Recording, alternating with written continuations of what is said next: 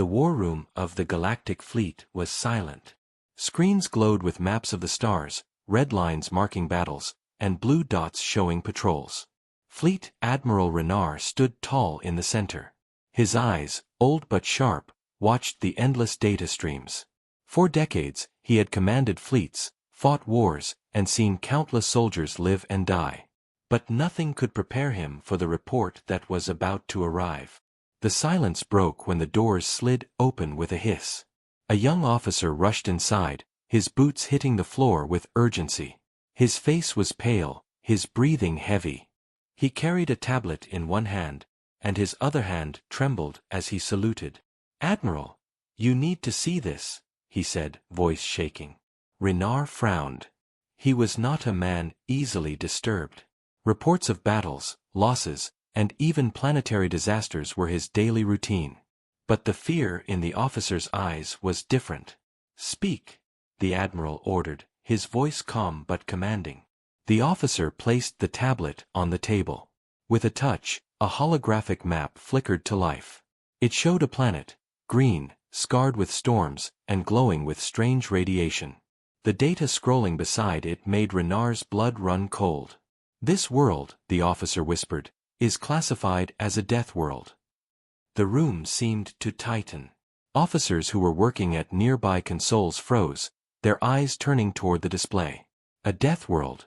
The word itself carried weight. Everyone knew the meaning. Planets so dangerous, so hostile, that no species survived long on them.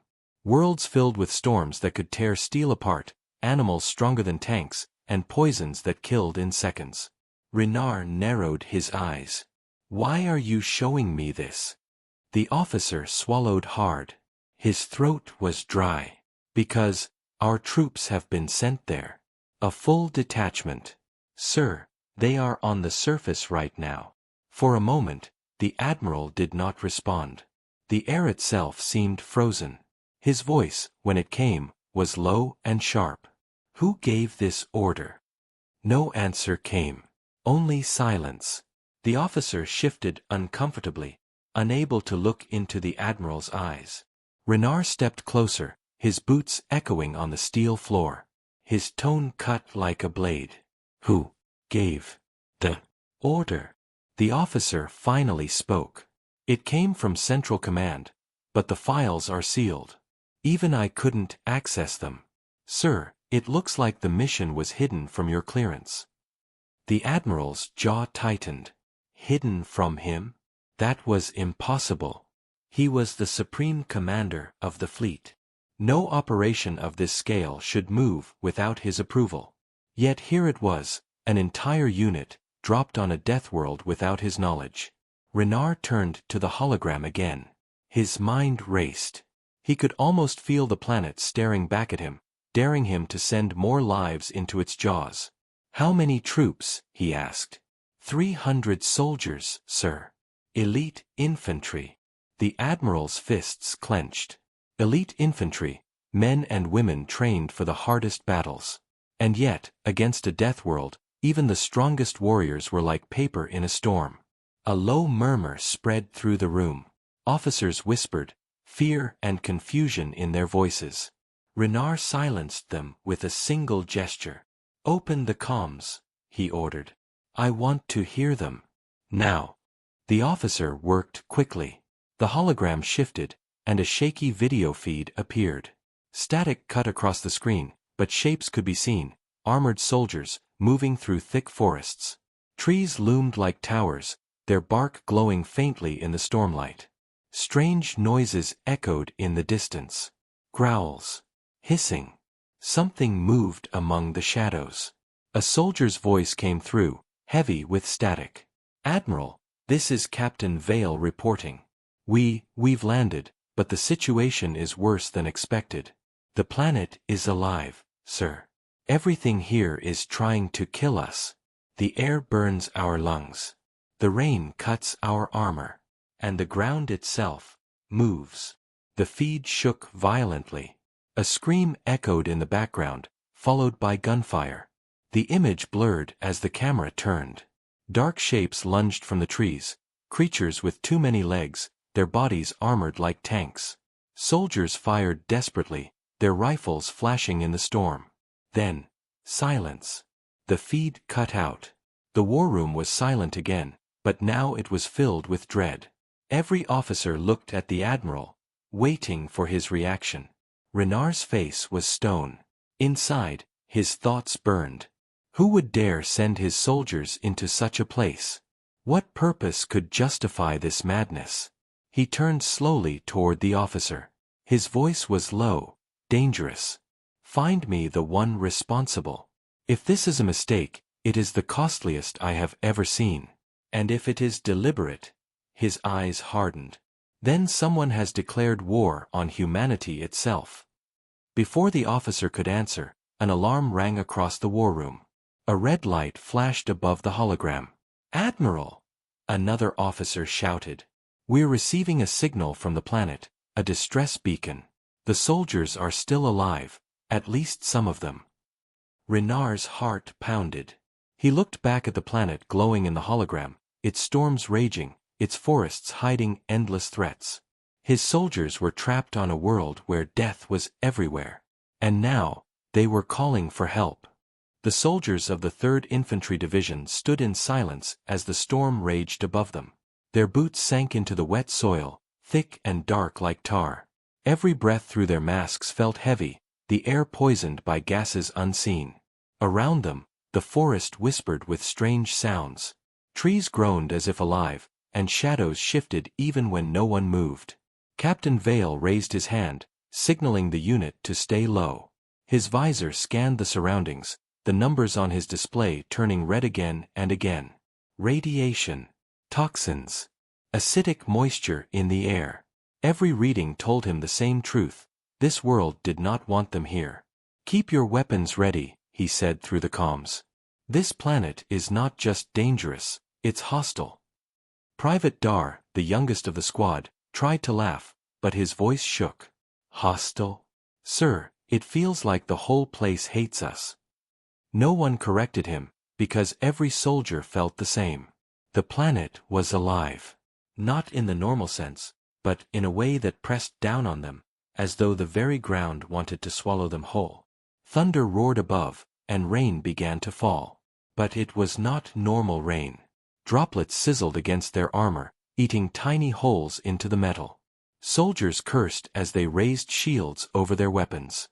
One man tested his glove against the rain for only a second. When he pulled it back, the surface was scarred with burns. "Acid rain," Vale muttered. "Masks on tight. Filters maxed. We move." The squad advanced deeper into the forest. The trees here were not like any trees from Earth. Their trunks twisted like serpents, and their branches dripped with glowing liquid. Some leaves looked like blades, sharp enough to cut flesh. Roots shifted under the soil, forcing soldiers to step carefully.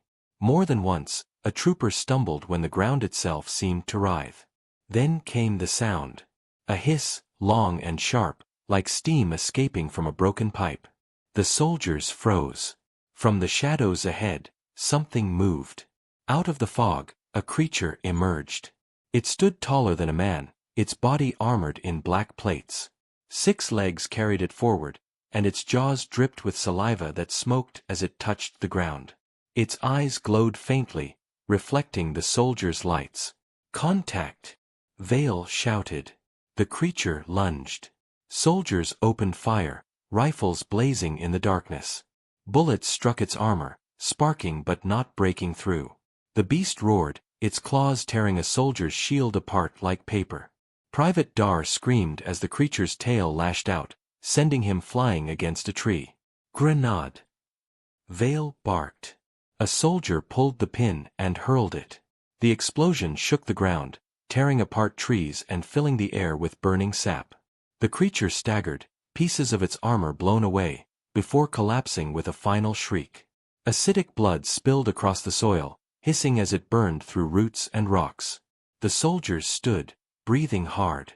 They had survived the first encounter, but already their ammo supplies were lower. Vale looked at the corpse of the beast, then at the endless shadows around them. "That was one," he said grimly. "And this planet has millions more."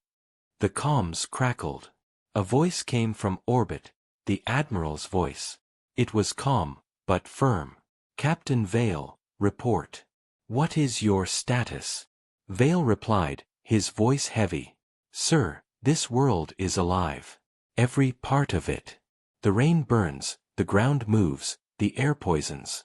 We've already engaged hostile lifeforms. Losses, 2 dead, 3 injured." He paused, his eyes scanning the forest again. "Permission to retreat?" There was silence.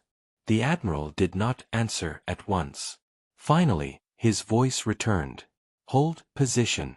I need more data before I can approve retreat. Stay alive, Captain. Humanity is watching." Vale cursed under his breath, but he obeyed.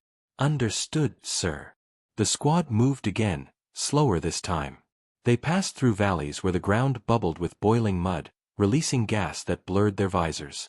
They crossed rivers filled with liquid that corroded their boots in seconds. Above, winged predators circled, screeching like metal grinding against metal. Private Dar limped beside Vale, his voice weak. "Sir, how do we fight a planet?" Vale had no answer. He only said, "We don't fight it. We survive it." Hours passed, each step a battle. Soldiers set up a small camp, using energy shields to block the acid rain. But even in the camp, danger found them. Strange vines crept closer in the night, wrapping around equipment. A soldier cut one with his knife, only for it to bleed a sticky substance that burned through the blade. Then, as dawn came, something worse happened. The ground shook. At first, it felt like distant thunder. But then trees fell, and soil cracked open. From the earth rose a massive creature, larger than any ship the soldiers had seen. Its body was a mountain of armor, and its eyes glowed with hunger. The squad panicked. "What the hell is that?" someone shouted. Vale raised his weapon, though he knew it was useless. "Stand your ground," he yelled. Before they could fire, the creature stopped.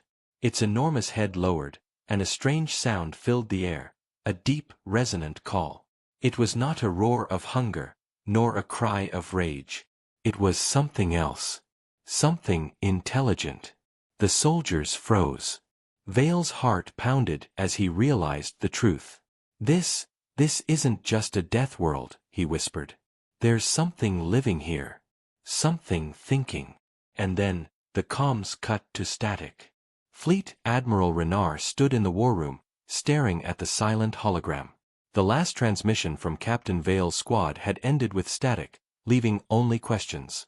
Around him, officers whispered in fear. A squad of 300 elite soldiers was trapped on a world that was never meant to host life, and yet, something was living there. Renard's fist slammed against the table, shaking the display. "Enough. Bring me Central Command, now." The officers hesitated. Central Command was not questioned.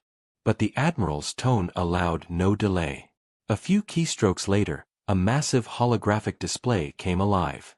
Figures appeared, 3 counselors, their faces hidden in shadows. They spoke as one. "Fleet Admiral Renard, you are interfering in classified operations." Renard's eyes burned with fury. "Classified? You sent my soldiers to a death world without my knowledge. Do you realize what you've done?" The counselors did not flinch. One of them leaned forward. "We know exactly what we've done. Humanity must prove itself. We are no longer alone in this galaxy. To survive among alien empires, we must show strength. And strength is measured by survival." Renard's voice was sharp. "You used my soldiers as a test? A test of strength?" The counselor replied coldly. "Yes. If they endure this death world, humanity's reputation will rise across the stars. The galaxy will know we are not weak. They will know humans survive where no one else can." The Admiral felt his chest tighten. He had seen war, he had seen sacrifice, but this was something else. To throw away lives, to gamble with soldiers as if they were tools, not people, it was madness. You played with their lives, Renard growled. And you didn't even give them the choice. The counselor's holograms flickered. This is bigger than choice. Humanity must evolve. Do not interfere further, Admiral. Your duty is to watch. And then, without another word, the connection ended. The war room was quiet, but the silence was heavy. Officers looked at Renard, waiting for orders. For the first time in years, the Admiral felt powerless. He wanted to storm Central Command itself, but that would change nothing. His soldiers were already there. The only thing left was to keep them alive. Open every channel, he ordered. I don't care how much power it takes. Keep me connected to Vale's squad. The feed returned, grainy and unstable. Captain Vale's helmet cam flickered back into view. His voice came through, strained and full of exhaustion. Admiral, if you can hear me, we're still alive. But this planet, it's more than monsters. The image shifted, showing the soldiers standing in a clearing. Around them were shapes, tall, humanoid figures, their bodies covered in natural armor, like stone fused with flesh. Their eyes glowed faintly, intelligent and watchful. The soldiers kept their rifles ready, but the aliens did not attack. Vale spoke again. They found us. They could have killed us easily, but they didn't. Sir, they're studying us. The Admiral leaned forward. Studying you? What do they want? Vale's camera turned toward one of the alien figures. It stepped closer, towering over the humans. When it spoke, the soldiers froze. Its voice was deep, resonant, and though the words were strange, a translator chip in Vale's armor began to process them. Your kind does not belong here, the alien said slowly. This world rejects all who are weak. Yet, you still stand. Vale glanced at his squad, then back at the alien. We're soldiers. We fight to survive. The alien tilted its head. For a moment, silence hung heavy. Then it spoke again. Only your species has lasted this long. Others came before you. They all died. But humans, the alien's glowing eyes narrowed. Humans endure. Perhaps, you are like us. The Admiral felt his breath catch. These were not mindless beasts. They were a civilization. A civilization that lived on a death world. Vale lowered his weapon slowly, signaling his men to hold fire. Admiral, do you hear this? They're not enemies. They're something else. Before Renard could answer, the alien leader raised its arm. From the forest came more figures, dozens of them, surrounding the humans, but not attacking. Instead, they bowed their heads slightly, as if showing respect. The alien leader spoke once more. Stay alive. Prove you are worthy. Then, we will speak as equals.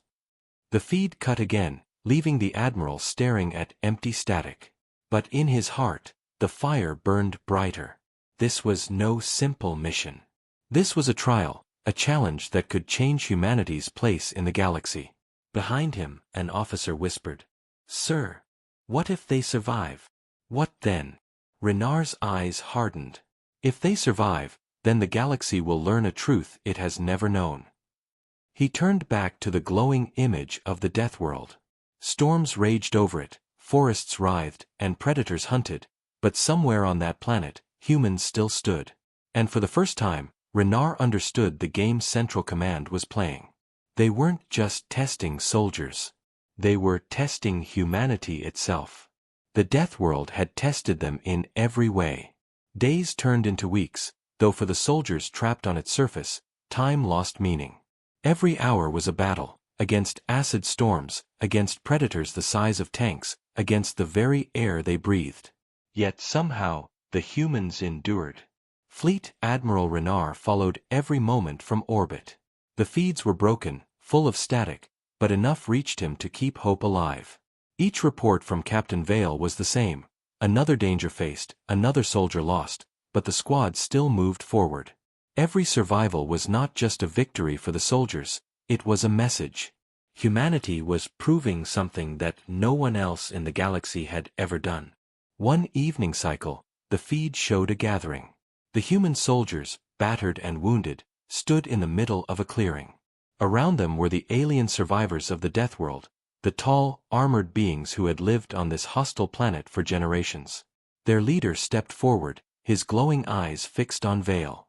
"You should be dead," the alien said, his voice deep as the earth. "No species has lasted this long. Others fell in days. You have lasted, longer than even we expected." Vale stood straight, though his armor was cracked and his face scarred. "We're human," he answered simply. "We don't quit." The alien leader studied him for a long time. Then, slowly, he lowered his massive weapon and placed it into the ground. "A sign of peace." "Perhaps we were wrong," the alien said. "Perhaps this world is not only ours. Perhaps it is yours as well." The other aliens bowed their heads, a gesture of respect. For the first time, humans were not seen as intruders. They were recognized as equals, survivors of a death world. From orbit, Admiral Renar felt his chest swell with pride. His soldiers had not only survived, they had earned the respect of beings who lived in the harshest conditions in the galaxy. But even as pride filled him, anger remained. Central Command had thrown his troops into this trial without warning, using them as pawns in a dangerous game. Yet now, the results were undeniable. Humanity had passed the test. The counselors appeared once more on his holographic display. Their faces, still hidden in shadows, spoke with cold certainty. "Do you see now, Admiral? The galaxy fears deathworlds. And now it will fear humanity. Because we are the ones who survived." Renar's jaw tightened. "You endangered lives without honor, without consent. But yes, they survived. Not because of your plan. Not because of your schemes. They survived because they are human. Because humanity refuses to die." The counselors gave no reply. They vanished, leaving the Admiral alone with his thoughts. On the planet, Vale's voice came through once more. "Admiral, the aliens want to talk. They believe we are the same. They want an alliance." The war room filled with stunned silence. An alliance? With beings who had mastered survival on a death world? Such a union would change everything. Renar leaned closer to the comms. "Captain, listen carefully. Whatever they offer, whatever they demand, remember this, humanity is not here to bow. We stand as equals. Nothing less." Vale nodded, understanding the weight of his words. He turned back to the alien leader, who waited patiently. "Then we will speak as equals," Vale said firmly. The alien's eyes glowed brighter. "Good. Then perhaps the galaxy will finally know the truth. The strongest are not those who conquer with numbers. The strongest are those who endure." At that moment, Fleet Admiral Renar knew this mission had changed humanity forever. The galaxy would hear of it. The galaxy would learn a truth it had never wanted to believe. Deathworlds were feared. Deathworlds were cursed. But humans had walked on one, fought on one, and lived on one. And so the Admiral spoke the words that would echo across history. "The galaxy calls them deathworlds. But to us, they are proof of who we are. Humanity belongs where others fall. Humanity survives where others die. If the galaxy fears these worlds, let them fear us too. Because we are not afraid." In the clearing below, humans and aliens stood together under the burning skies. Enemies no longer, but survivors side by side.